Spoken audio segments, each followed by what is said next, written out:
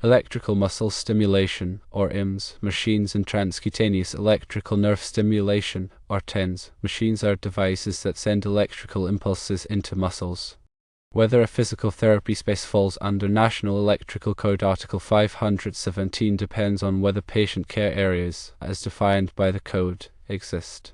Since the physical therapy business plans to use EMS and TENS machines that are not directly connected to patients, the authority having jurisdiction, or OJ, has determined that the space does not meet the definition of a patient care area.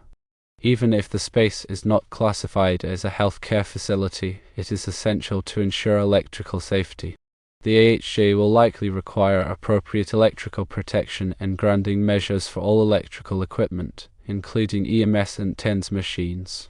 The physical therapy business should provide a written statement confirming that they do not plan to establish patient care areas as defined by Article 517. This letter should be submitted to the AHJ as proof of non-applicability. Firstly, acknowledge the AHJ determination that the space is not subject to Article 517.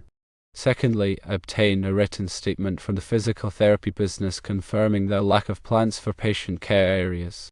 Thirdly, strictly adhere to all applicable safety codes and standards, including proper grounding and protection for all electrical equipment.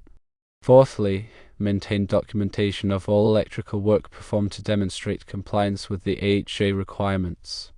Adhering to these guidelines ensures a safe and compliant electrical installation for the physical therapy space.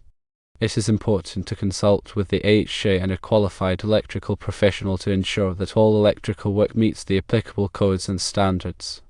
This includes proper wiring methods, overcurrent protection, and grounding techniques to minimize the risk of electrical shock and fire hazards.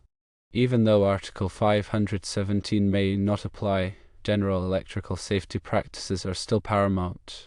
These practices ensure the safety of both the staff and the patients who will be using the facility.